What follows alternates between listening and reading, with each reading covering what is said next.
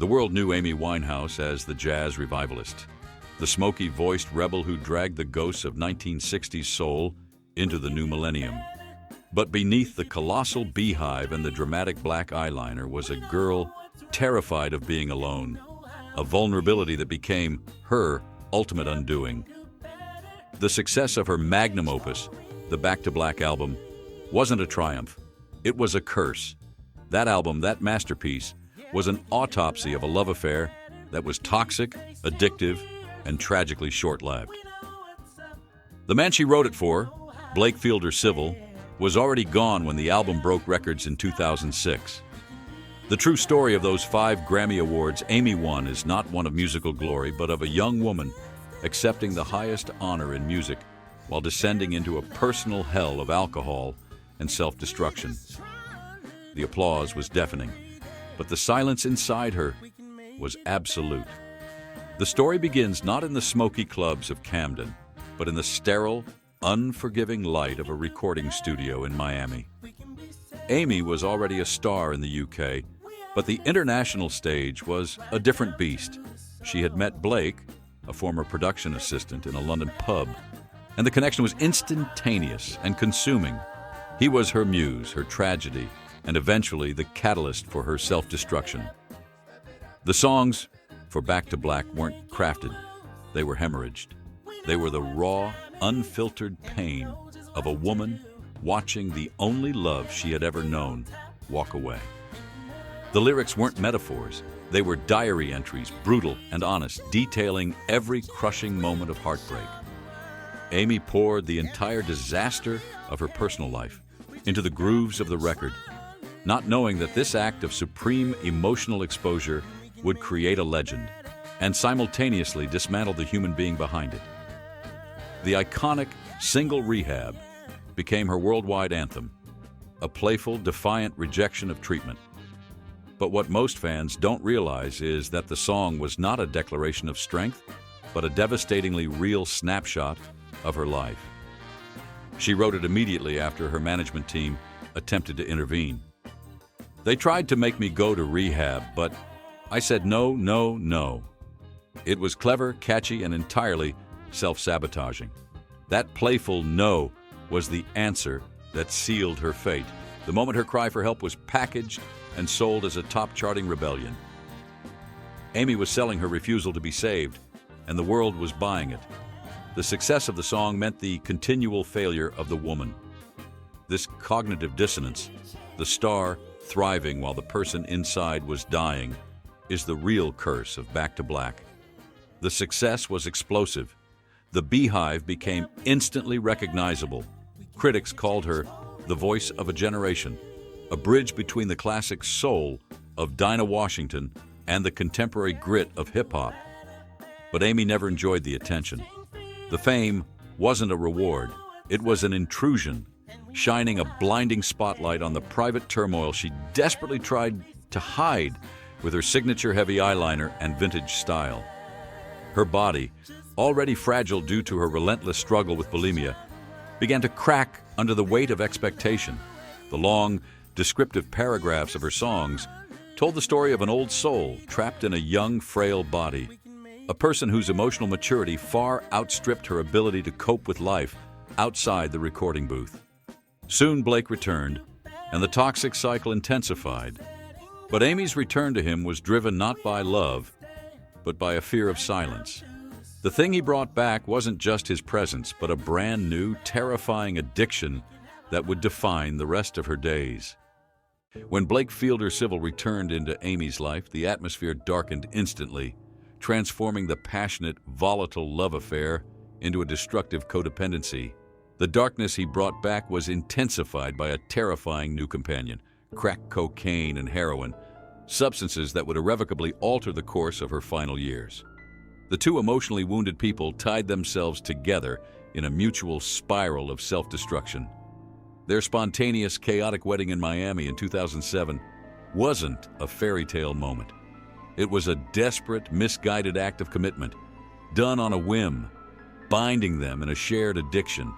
This period, shrouded in mystery and hushed reports, saw the tabloids stop merely observing her music and begin preying on her very public meltdown. Every photograph became a testament to her decline: the messy hair, the smeared makeup, the increasingly gaunt frame. The beehive, once a playful nod to the 60s, now looked like a frantic attempt to hold herself together. For many who watched from the outside, her struggle resonated with the universal fear of witnessing a brilliant young life implode, a theme often discussed by those who lived through the addiction crises of the 70s and 80s. The complexity of her relationship with Blake was misunderstood by many. It wasn't just about the shared drug use, it was a profound, almost spiritual need for connection, a shared isolation that they filled with mutual destruction. The media frenzy reached a fever pitch, each new sighting confirming the rumors. The constant struggle led to physical altercations and public arrests, with reports of a brawl in London resulting in a police report being filed. While these incidents were alarming, they were not the small, almost insignificant detail that ultimately cost Amy her chance to truly conquer America and stand on the stage for the 2008 Grammys. The Grammy shadow loomed large in early 2008. Amy was the undisputed frontrunner, nominated for 6 awards including Album of the Year and Record of the Year. It was meant to be her global coronation, the moment she cemented her status as the singular voice of the generation. But her ongoing legal troubles, specifically an earlier arrest in Norway for cannabis possession, resulted in the denial of her initial U.S. visa application. She was devastated. The denial was a monumental, career-altering moment, forcing her to accept her 5 Grammys via satellite link from London, 5,000 miles away from the stage that should have celebrated her. The performance she delivered from a small private studio was electric, raw, and defiant. Yet the distance was heartbreaking. It was a massive public symbol of her isolation and the terrible price her legal record demanded. While the world celebrated her voice, she was alone, trapped by her addiction and the walls her own chaotic behavior had built. She was the most celebrated artist in the world, yet she couldn't step foot on the continent where her success was peaking. In the aftermath of her 2008 triumph, Amy and Blake were caught on camera in terrifying states, wandering London streets, seemingly lost and desperate. Their public breakdowns became fodder for entertainment. An ongoing soap opera played out in the tabloids. When the dust finally settled, Amy was briefly clean, but Blake was in prison. This offered a narrow window, a moment for her to choose sanity and sobriety, but instead she chose self-sabotage, driven by the profound belief that her intense pain was the necessary engine for her art. She clung to the chaos perhaps because calm felt unnatural or, worse, artistically deadening. In the vacuum created by Blake's incarceration, Amy's father, Mitch Winehouse, a former taxi driver, stepped more firmly into the spotlight. He began giving numerous media interviews about her struggles and attempting to guide her career. While his public statements often focused on paternal concern, his increased visibility fueled the narrative that Amy was being managed not by those who loved her best, but by those who saw her primarily as a revenue stream.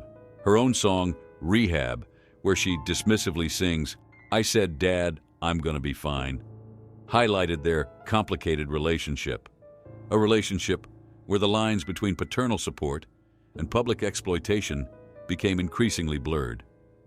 This added layer of external pressure and blurred boundaries was yet another heavy layer of the curse she carried. The relentless pressure to follow up Back to Black was immense. Amy tried to move forward. She toured, she performed, but the magic was tragically fading, replaced by public spectacles of intoxication and distress. The crowds, which once adored her for her genius, now watched her with a morbid, terrible curiosity, waiting for the inevitable collapse. This was the ultimate betrayal of the artist-audience relationship. The audience became complicit in her decline, paying to witness the drama, not the pure music.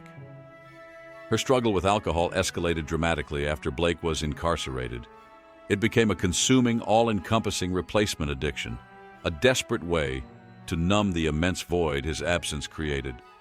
The notorious Belgrade concert in June 2011 was the catastrophic culmination of this spiral and the final brutal curtain call for her touring career. Amy was scheduled to perform for 20,000 people, but she could barely stand, mumbling incoherently, forgetting lyrics, and occasionally throwing her microphone down in frustration. The audience, having paid to see a legend, responded with relentless, angry booing. It was a humiliating, terrifying moment, a live broadcast of a soul in free fall. Following the disastrous performance, her entire European tour, including her scheduled shows in Istanbul and Athens, was immediately canceled. While the spectacle was scandalous, the true shame of Belgrade wasn't the performance itself, but what it revealed about the toxic circle around her. Sources close to her security detail later revealed a terrifying truth about the pressure, or worse, the substances that may have been allegedly discreetly slipped to her backstage, administered not to cure, but to ensure she was just stable enough to appear and fulfill her contract. This chilling possibility raises a devastating question. Did her inner circle prioritize the contract and the revenue over the life of the fragile young woman? This incident was not just a stage mishap. It was a public execution of her career. This public implosion was merely the most visible drama. Underneath the heavy eyeliner and the stage persona, Amy maintained a secret struggle with bulimia nervosa, a condition her brother later claimed contributed significantly to her physical fragility. The bulimia was a slow, invisible form of self-harm, a way to control the only thing she felt she had dominion over, her own body. The long, descriptive passages of this internal tragedy convey the isolation of the disease, the constant, debilitating self-criticism, and the way the world only focused on the alcohol abuse, completely missing the deeper, darker truth of her self-loathing and anxiety regarding her body image. The elaborate beehive and heavy makeup, once seen as an artistic statement, were in part a physical and emotional shield, a way to hide the shame and the rapid, unhealthy weight loss. In her last few months, Amy made several desperate, heartbreaking attempts to change. She bought a new home in the quiet neighborhood of Camden, started dating a new man who offered stability, and for a short, beautiful period completely abstained from alcohol. She was attempting to build a safe, quiet life, the one she sang about but had never truly lived. In a profound moment of hope and clarity, she called a former manager and whispered a simple phrase, a statement of surrender and desire. "I'm going to be a normal girl." It was a promise born of the deepest desire for peace, yet a promise she tragically could not keep. Her body, already ravaged by years of bulimia, self-neglect, and addiction, simply didn't have the strength to handle the physical shock of withdrawal and the final relapse. The tragedy of Amy Winehouse's final days lies in the cruel irony of her effort to survive. She had successfully abstained from alcohol for several weeks, an incredible hard-won victory for someone so deeply entrenched in addiction. But for a body ravaged by years of abuse and the constant weakening strain of untreated bulimia, this sudden purity was physically shocking. Her physician had warned her that only a sustained, medically monitored detox could truly work safely. Tragically, in her final hours, alone in her Camden bedroom, she relapsed. It was not a celebratory party or a rock star binge surrounded by sycophants. It was a solitary moment of weakness that sealed her fate. Her body, deprived of alcohol for weeks, lacked the tolerance it once possessed, and the sudden influx of toxicity was catastrophic. On the morning of July 23, 2011, the silence in the house was heavy. Her bodyguard, Andrew Morris, who had checked on her earlier and thought she was sleeping, found her unresponsive in her bed. The scene was devoid of the glamour associated with her public persona. It was just the quiet, heartbreaking end of a young girl who was too tired to fight anymore. The subsequent toxicology report was a chilling document that confirmed the brutality of her exit. The cause of death was accidental alcohol poisoning. Her blood alcohol content was a staggering 0.416%, more than 5 times the legal driving limit in the UK. The sheer volume of alcohol her body had tried to process in one desperate night was overwhelming, leading to immediate respiratory arrest. However, the medical examiners found a secondary, darker truth that often goes unmentioned in the headlines. While the alcohol was the weapon, her bulimia was the vulnerability that made the weapon fatal. Because she had been starving herself for weeks, her body had no reserves, no sugar, no strength to metabolize the poison. She was in a near catabolic state. The eating disorder she had hidden behind her beehive and baggy clothes had weakened her heart and internal organs to the point where they simply shut down under the stress. The alcohol didn't just intoxicate her.